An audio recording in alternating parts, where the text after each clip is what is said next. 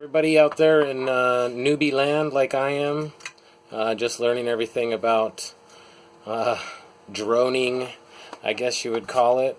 Got my wizard here, and I've been recently wanting to move away from switch arming on a single switch to, I think Stinger Swarm is one of the YouTubers that I noticed that was arming on multiple switches, and so I just wanted to share with everyone how to actually set that up. So first of all, in your transmitter you need to go in here and change your aux channels. So on this one I actually have the upgraded firmware, so it can do up to 10 channels, but you may only have the 6 channels. So your first 4 channels are these channels, you know, your throttle, your yaw, and your pitch and your roll. That's channel 1 through 4. So you really only have 2 other channels to mess with on stock firmware, and I only have a 6-channel receiver in here, although I am using it with iBus, so I can use all 10 channels. Anyways, I believe these are the defaults. I tried to set this back to default because I kind of already went through all this just to make sure it would work, and it does. So I just want to show you guys how to do it. Basically, I want to hit both of these switches to arm. So that was out of focus, but basically, to arm the quad, I want to have to hit both of these switches. I want both down to arm. I want, if only this one is down, I want it to beep. And if only this one is down, nothing happens, right? So before I just had this to arm, and I had this for my modes. You know, I had angle and horizon and then acro. You got to start by changing channel 5 and 6. We're just going to pretend like those are the only 2 channels that exist here. So I want switch A and B to be on channel 5. So to do that, you go into your aux channels and you just push this until it says switch A plus B. Switch A plus B. Actually, before I do that, let me show you this. Let's go into the display, and you can see here that this is channel 5, this is channel 6, channel 7, okay, channel 8. This is 9 and 10, okay? So you can see all that on the display, and you can see how it works there. So this switch is full off, full on. So the throttle value, or the value is 1,000 and 2,000. That's all you get right there. So when we change it here in the aux channels, what we're doing is saying that we want to, so when we change it here in the transmitter, we go into channel 5 and we want to set this to be switch A plus B, okay, and we want channel 6 to be on this switch, so we're going to set that one to switch C. So there we go. And we don't want switch C to also be on channel 8. I mean, I guess it doesn't matter.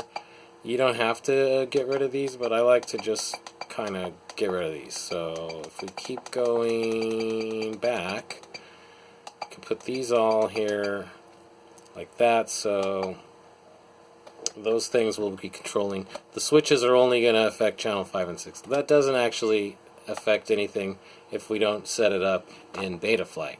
So now that we have that set up with aux 5 and A and B, you can see here that when we hit switch A, we're only getting, I don't know, maybe 1350 on the value there, or 1400 probably. And when we only hit this one, we're only getting maybe 1600 or 17 maybe. So both of them up, and we have a value of 1,000 on channel 5.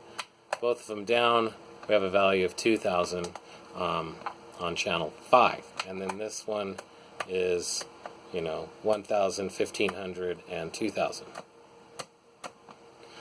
Because that's a 3-position switch. So we're basically getting 4 positions with these 2 switches now. These two switches are affecting one channel and giving us 4 different positions to choose from. And we're really only going to need 3. One is going to be beeper, not armed, and the other one is going to be not armed and not beeper, and then last, not beeper and not and armed. So those are the only 3 states that we're really looking for.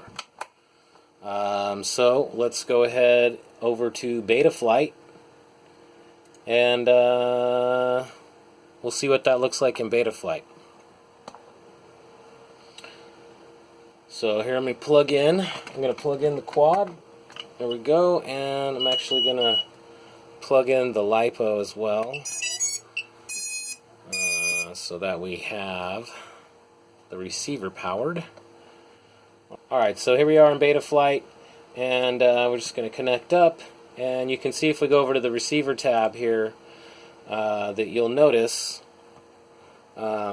that if I flip switch 1, see the value we're getting is 1333 there. And then if I flip switch 2, 1667 there.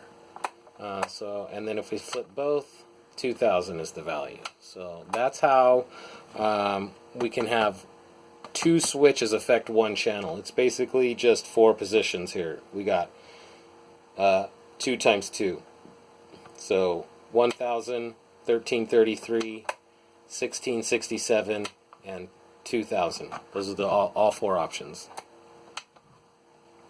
So, to set this up in Betaflight to do double switch arming, all we got to do is go into the Modes tab. Under ARM, you're going to add a range, and this is channel 1 or aux 1, which is really channel 5. That might be confusing, but that's how it works. So aux 1, and we don't want it to arm unless we're way up here, and we don't want it to be down here in 1667 range, which we're not, I don't believe. Yeah, that's 1500 there. So we're just gonna slide up, and why isn't it letting me make that smaller? That's fine, I guess. That's fine. Alright, so save. We are armed. Look at that. We should probably unarm. Hello, that was scary. I did not expect that. Alright, so here we are, unarmed, and no beeper. So how do we add the beeper? We want this range right here. Add range, aux 1. There we go. We want into this range, but we don't really care about anything else. When it's down here, we don't want it. And, of course, when it's up here, we don't want it. Alright, so save. Yeah, you probably shouldn't do this with props on. I'm just terrible at my job here. So, anyways, that's all there is to that. So yeah, let's go ahead and set up the modes, or the angle mode at least. So we're going to put this on aux 2, and that's going to be right there at the beginning, and then horizon aux 2 in the middle there. And then that will be angle mode. So that's how easy that is. Anyways, thanks for watching, and I hope this taught you something that you didn't already know.